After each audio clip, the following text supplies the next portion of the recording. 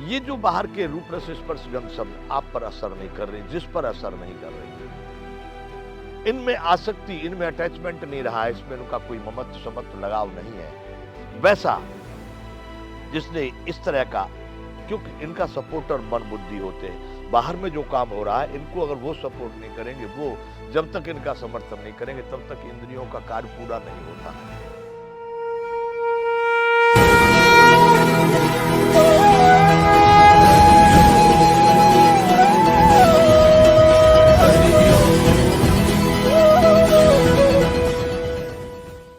जय विश्व बंधु, संपूर्ण गीता ज्ञान बंधुओं,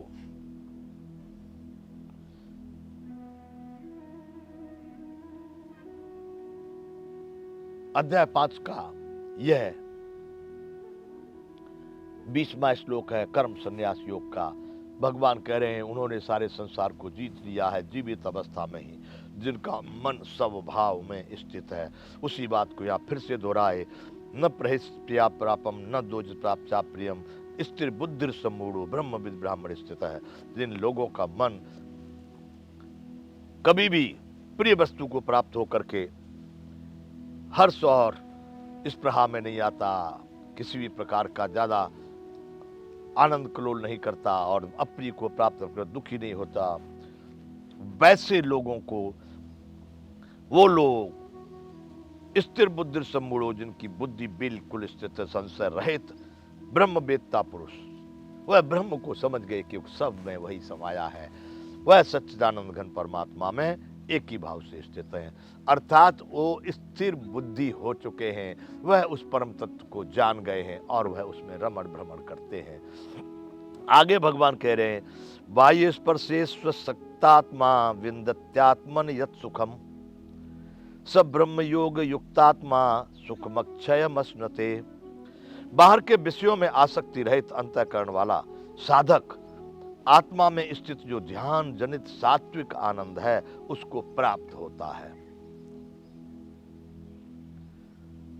ये देख रहे हैं, सुन रहे हैं, और जितने भी आप रस ले रहे हैं या गंध ले रहे हैं, जितना भी बाहर हमारी इंद्रियों के द्वारा ये 5 ज्ञाने इंद्रियां जो बाहर में काम कर रही हैं, बाह्य स्पर्शेश्व सक्तात्मा, बाहर के विषयों में आसक्ति रहित अंतःकरण वाला, अंतःकरण अंदर में कार्य करने वाले,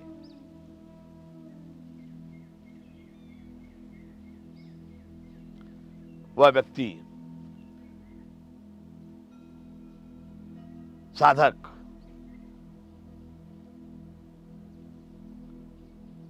ये जो बाहर के रूप रस स्पर्श गंध शब्द आप पर असर नहीं कर रहे, जिस पर असर नहीं कर रहे, इनमें आसक्ति, इनमें अटैचमेंट नहीं रहा है, इसमें उनका कोई ममत्व समत्व लगाव नहीं है, वैसा जिसने इस तरह का, क्योंकि इनका सपोर्टर मन बुद्धि होते हैं, बाहर में जो काम हो रहा है इनको अगर वो सपोर्ट नहीं करेंगे, वो जब तक इनका समर्थन नहीं करेंगे तब तक इंद्रियों का कार्य पूरा नहीं होता।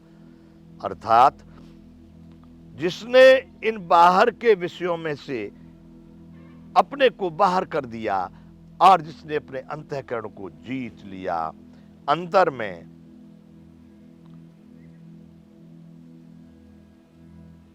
उनके अंतःकरण में बाहर के विषयों की कोई इच्छा नहीं, कोई अपेक्षा नहीं, कोई कामना नहीं, वह परमानंद परमात्मा स्वरूप उस आत्म तत्व में ही अपना रमण भ्रमण करते हैं। वैसे साधक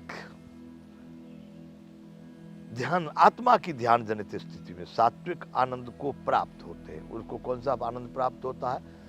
सात्विक आनंद। उस आत्म अनुभूति करने पर रामायण में भी एक बात आई है, आत्म अनुभव सुख सो प्रकाशा। वह आत्म अनुभव रूपी जो आनंद है वही वह दिव्य प्रकाश है, ऐसा रामायण में भी कहा गया। भगवान कृष्ण यहाँ बता रहे हैं कि ऐसे लोगों को जो आत्मा में ही स्थित आनंद को प्राप्त होते हैं, उसको प्राप्त होकर सच्चिदानंद घन परम ब्रह्म परमात्मा के ध्यान रूप योग में अभिन्न भाव से स्थित, अभिन्न जिसमें कभी कट नहीं लगती है, अभिन्न होता है, अक्षय आनंद का अनुभव करते हैं। ब्रह्म योग युक्तात्मा सुख म अक्षय मसनते। अक्षय, उस अक्षय जो कभी क्षय न हो, जिसका कभी नष्ट न हो, ऐसे परम आनंद में वो समा जाते हैं, उसको प्राप्त हो जाते हैं। ऐसे बंधुओं, सीधी बात है, अगर इसमें बहुत कठिन लग रहा हो तो आप साधारण रूप से इस सांसारिक जितने भी नश्वर पदार्थ हैं, इनसे थोड़ी देर के लिए हट करके उस अपने परम आनंद रूप परमात्मा स्वरूप आत्मा में, महेश, गणेश, दिनेश, सुरेश, जो भी आपका नाम है, उसमें आप थोड़ी देर के लिए समा जाइए और उसी को सब में देखिए या सबको खुद में देखिए। यह परमात्मा का स्वरूप आपको दिखाई देने लगे, फिर देखिए कितना आनंद है। लेकिन ये क्षणिक आनंद, आपने 10 मिनट पा लिया, आधे घंटे पा लिया, 1 घंटे पा लिया, उतना नहीं, शाश्वत, फिर वो कभी नष्ट न हो। निश्चय आत्म का बुद्धि रे के है बहुनंदन कुरुनंदन है, बहुशाखा अनंता से बुद्धि व्यवसाय नाम। तो ऐसा अटल उसमें स्थित हो। थोड़ी देर के लिए आपने 10 मिनट 15 मिनट, लोग कहते हैं भाई 10 मिनट आप ऐसा अभ्यास करो, 5 मिनट अभ्यास करो। मैं बंधु ध्यान के विषय में भी बता चुका हूं, ध्यान वह नहीं है जो किया जाएगा आधे घंटे, 1 घंटे, 2 घंटे। हमारे ध्यान के बगैर तुम ये बात जो कर रही है भी कैसे हो पाएगी। ध्यान सर्वत्र, सब जगह, सबके साथ, सब समय में है ही है, उसको समझने की आवश्यकता है। तो उसको जब संपूर्ण रूप से आपने उसमें लगा दिया, कोई 10 मिनट नहीं, आधे घंटे नहीं, पूर्णकालीन जीवन पर्यंत वह हटेगा नहीं उस परम ब्रह्म। और उसके बाद में शरीर साधन के रूप से यहाँ पर अनेक प्रकार के कर्म शरीर के द्वारा होते हुए दिखाई देंगे। वो भगवान ने इसी अध्याय में कह दिया कि छूता हुआ, खाता हुआ, देखता हुआ, सुनता हुआ, सूंघता हुआ, बोलता हुआ, चलता हुआ, उठता हुआ, बैठता हुआ।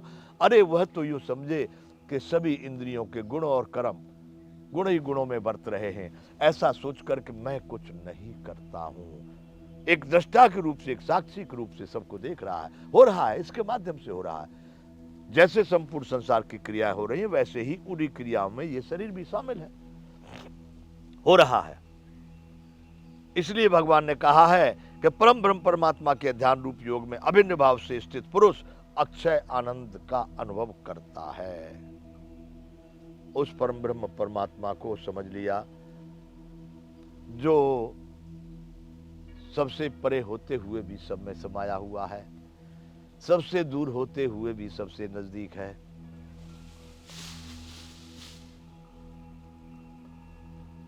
सबका होते हुए भी किसी का नहीं है और किसी का न होते हुए भी सबका है। ऐसा दिव्य अलौकिक जो स्वरूप परम ब्रह्म परमात्मा है, उस आनंद को जब प्राप्त हो जाता है बंधुओं, वह व्यक्ति फिर किसी भी तरह से विचलित नहीं होता। आगे भगवान करें, ये ही संस्पर्जा भोगा दुख यो न एवते आद्यंतवंत कौन्तेय न ते सूरम ते बुध। जो ये इंद्रिय तथा विषयों के संयोग से उत्पन्न होने वाले सब भोग हैं, यद्यपि विषयी पुरुषों को सुखरूप भासते हैं तो भी दुख के ही हेतु हैं और आदि अंत वाले अर्थात अनित्य हैं। इसलिए हे अर्जुन, बुद्धिमान विवेकी पुरुष उनमें नहीं रमता। बुद्धिमान के साथ में विवेक शब्द और लगाया है। बुद्धिमान विवेकी पुरुष उनमें नहीं पड़ता। किसमें? ये संस्पर्श भोगा दुख यो ने एवते। जितने भी इस संसार में, सृष्टि में भोग हैं, भोग किसको कहेंगे? हम बहुत बार इसको कह चुके हैं। आंख, नाक, कान, त्वचा और रसना, जीभ, ये 5 ज्ञानेय इंद्रियां हैं। इनके माध्यम से, जैसे आंख का विषय रूप है और रूप जो है जहां भी है उसमें विषय है, रूप, इसमें जो भी वस्तु आ रही है, भोजन आ रहा है, कोई वस्त्र आ रहा है, कोई पदार्थ आ रहा है, यानी प्रकृति और प्राणी, स्त्री पुरुष से लेकर जो भी आ रहा है वह सब इसको भोग कहा जाएगा। और ये सभी संसार में जितनी भी वस्तुएं कृत्रिम है, बनी हैं, ये सब बिगड़ने वाली हैं, इसलिए इनको नश्वर कहा गया है। भगवान यहां इसको कह रहे हैं, ये संस्पर्जा भोगा दुख यो न एवत। दुख क्यों नहीं होती? जितने भी ये संसार के नश्वर पदार्थ हैं, ये दुख के ही कारण हैं, क्योंकि ये तो नष्ट होने वाले हैं।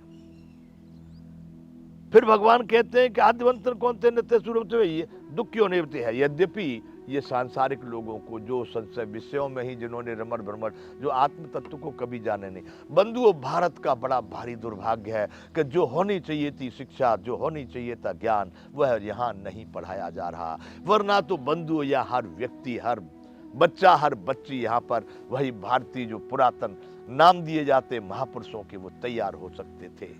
आज भी होंगे और आएगा ये समय और आएगी ये शिक्षा। शिक्षा होनी चाहिए थी इस बात की, वह नहीं हो पा रही। जो उस तत्व को समझ लेता है, इन नश्वर पदार्थों विषयी बन गए, विषयी विलासी। तो भी बंधुओं, मैं फिर आपको एक बात याद दिलाता हूं, फिर भी भारत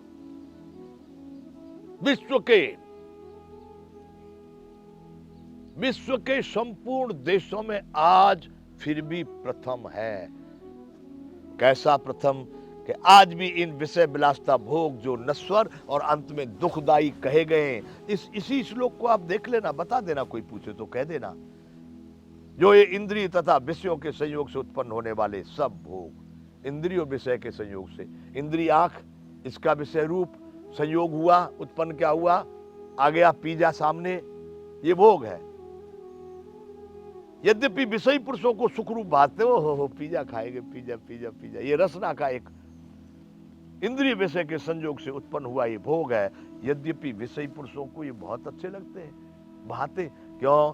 उनको कभी वह ज्ञान नहीं दिया गया कि तुम कौन हो और तुम्हारा कर्तव्य क्या है। हालांकि ये भी कला हमेशा सतयुग त्रेता द्वापर सब समय में थी, आगे भी रहेगी। राक्षस भी होंगे, मानव भी होंगे, दानव भी होंगे, देव भी होंगे, अंधेरा भी होगा, उजाला भी होगा। लेकिन बंधुओं, विडंबना ये है कि हमको उस समय मालूम होता है कि ये दानव है और ये देव है, ये मानव है, ये राक्षस है। आज इसमें ग्वाल घाल मेल हो गया, ये पता ही नहीं है कौन क्या है। इसी का निर्णयात्मक, इसी को सही, इसी को व्यवस्थित व्यवस्था में स्थापित करना, यही मानव का कार्य और कर्तव्य है।